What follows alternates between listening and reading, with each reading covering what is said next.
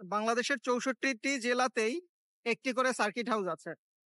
বিশেষ করে প্রতিটা জেলা সদরে সার্কিট হাউসের অবস্থানগুলো হয় সেই উক্ত জেলার সংশ্লিষ্ট জেলার সদর উপজেলাতে।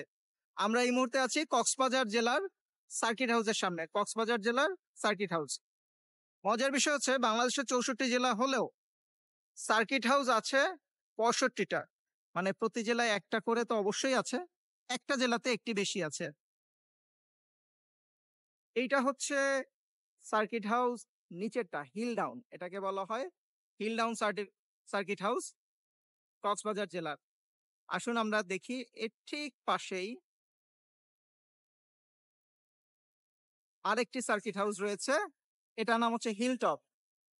হিল ডাউনটা হচ্ছে পাহাড়ের পাদদেশে, আর হিল টপটা হচ্ছে পাহাড়ের উপরে। পাহাড় ঠিক না, বলা যায় টিলা। বাংলাদেশের একমাত্র জেলা যাদের দুইটি সার্কিট হাউস আছে, একটা টিলা বা পাহাড়ের উপরে হিল টপ, এবং দ্বিতীয়টা টিলা বা পাহাড়ের নিচে পাদদেশে hill down. Hill top circuit হাউসটা ছিল প্রথম কক্সবাজার জেলায়, ওটাই সবচেয়ে প্রথমে বানানো হয়েছিল। হিল ডাউনটা পরবর্তীতে বানানো হয়।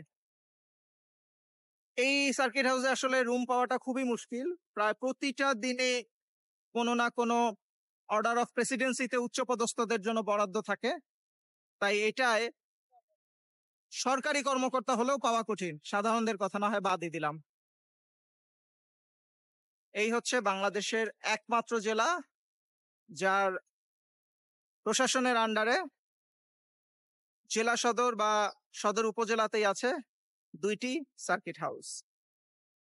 আমরা এখন যাব উপরে হিলটপ সার্কিট হাউসে।